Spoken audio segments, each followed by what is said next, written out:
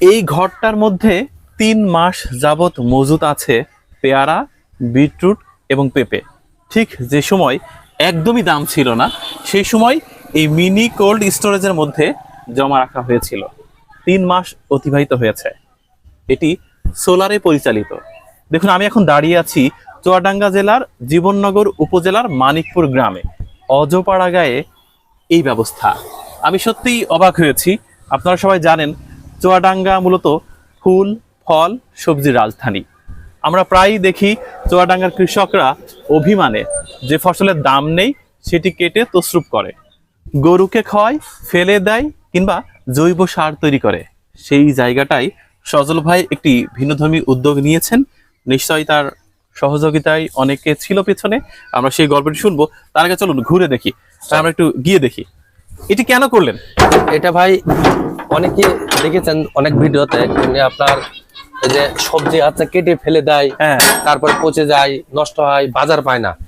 কৃষকদের তো মনে করেন যে সব জায়গার থেকে সমস্যা।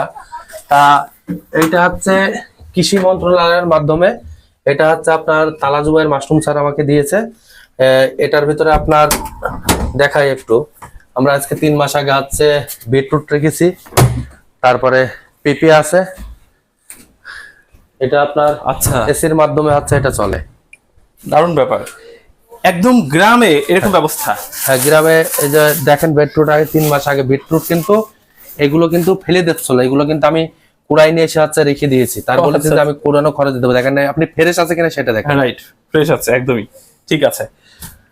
এরা কোনো প্রবলেম হচ্ছে না? না, কোনো প্রবলেম হচ্ছে না। এই যে পেয়ারা আছে, পেয়ারা হচ্ছে আপনার দ্রুত বেচতে হয়, 15 টাকা কেজি ছিল। সেখন হচ্ছে এই পেয়ারা গুলো হচ্ছে আমি মনে করেন যে হচ্ছে আপনার রাখছিলাম, কিন্তু এই পেয়ারা গুলো আমি বর্তমানে বিক্রি করি 40 টাকা করে। এই জন্য আপনার এই ভিডিও দেখে আমি বলতে চাই যে হচ্ছে বাংলাদেশে প্রতিটা জেলায়, প্রতিটা উপজেলায় কৃষি সম্প্রসারণ অধিদপ্তরের মাধ্যমে যাতে আমাদের সাধারণ কৃষকদের জন্য যাতে এই মিনি কোল্ড স্টোর দেয়, তাহলে দেখা যাচ্ছে ওই সবজি কেটে ফেলে দেওয়া লাগবে না, গরু খাওয়ানো লাগবে না। এটা খুবই দুঃখজনক ব্যাপার। হ্যাঁ, দুঃখজনক। সারা বছর আবাদ করে সেই সবজি ফেলে দিচ্ছেন। জি, এটা তো চুয়াডাঙ্গার কৃষকরা সবচেয়ে বেশি করে। করবে কি, কারণ ফুলকপি, বাঁধাকপি এরকম অবস্থা দাঁড়ায়, মানে আপনার সেটার কোনো ধরনের কোনো মূল্য নেই। বাজারে নিয়ে যাওয়ার যে খরচ, অর্থাৎ এই যে লেবার কস্ট, সেটাও হয় না, গাড়ি ভাড়া তো দূরের কথা। তো সেই জায়গা থেকে দেখেন এই পেয়ারাগুলো কি টাটকা রয়েছে, আমার কাছে খুব অবাক লাগছে। পেঁপে কই? পেঁপে এই পাশে আছে, এইগুলো বিটরুট আছে, একদম দেখেন ফ্রেশ আছে। আচ্ছা, আমরা সবকিছু তো ওপেন করে করে দেখাতে পারবো না, কারণ সময় সাপেক্ষ ব্যাপার। তবে সবচেয়ে ভালো লেগেছে যে মানিকপুর গ্রাম আসলে শহর থেকে অনেক দূরে। জি ভাই। তো সেই গ্রামেও সজল ভাই একটা উদ্যোগ নিয়েছে, এবং তার এই উদ্যোগের পেছনে যারা রয়েছে তাদেরকে আসলে ধন্যবাদ দিতেই হয়। এটা আমার এই চাষে আসাতেও সহযোগিতা করেছে, যেটা আমার করে দিয়েছে তালাজুবাইয়ের আছে মাশরুম স্যার। আমার কিন্তু চাষে আসার জন্য খুবই রকম এমনি আন্তরিকতা ভাবে ওনাকে অনেক ধন্যবাদ জানাই। আমি যে গেঞ্জিটা গায়ে দিয়ে রয়েছি, এটাও তার গিফটের গেঞ্জি। আচ্ছা, এই গেঞ্জিটাও। আর আমার চাষের সব ছাড়া এই ফর্মালা দিয়া, পরামর্শ দিয়া, বাংলাদেশে যাতে ওরকম প্রতিটা জেলায়, প্রতিটা উপজেলায় ওই তালাজুবাইয়ের মাশরুম স্যারের মতন যাতে ওরকম কৃষি অফিসার পাওয়া যায়, তাহলে বাংলাদেশ কৃষিতে আরো ডেভেলপ হবে। আচ্ছা, অনেক প্রশংসা হয়ে গেল। তালহা জুবাইর মাশরুম স্যার, যদি আপনি দেখেন আমাদের একটা টি শার্ট দিয়েন, খুবই দারুণ ব্যাপার। এবং উনি নিশ্চিত ভালো হৃদয়ের অধিকারী। এই উদ্যোগটি ভালো লেগেছে। আমরা চাই কৃষকরা তাদের কৃষি পণ্য ফেলে না দিক, কিংবা একেবারে সস্তায়। যেমন এই যে অনেক সময় কাঁচা মরিচের দাম থাকেই না, আবার কোনো সময় 300 টাকা। এই যে মেঘলার সময় ভাই, মেঘলার সময় পর্যাপ্ত পরিমাণে কাঁচা মরিচ হয়, আমাদের কিন্তু টার্গেট এইগুলোই।